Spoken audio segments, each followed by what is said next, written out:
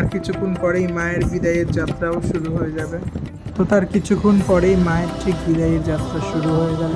প্রত্যেকবারে আমি এই ভিডিওটা স্পেশালি করি, তো বেশি কিছু বলবো না, তোমরা ভিডিওটা দেখতে থাকো।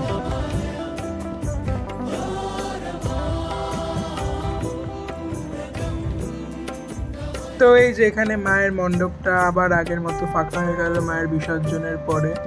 আবার গোটা একটা বছরের অপেক্ষায় রইলাম আমরা সমস্ত বাঙালিরা।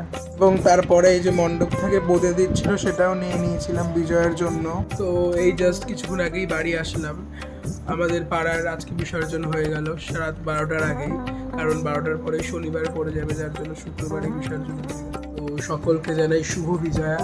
আমার সকল গুরুজনদের অনেক অনেক প্রণাম এবং আমার থেকে বয়সে ছোটদের অনেক অনেক ভালোবাসা। সবাই খুব ভালো থাকো এবং সুস্থ থাকো। তাহলে আজকের এই বিজয়া স্পেশাল ব্লগটাকে এখানেই শেষ করলাম। আবার দেখা হবে অন্য কোনো একটা নতুন ব্লগে।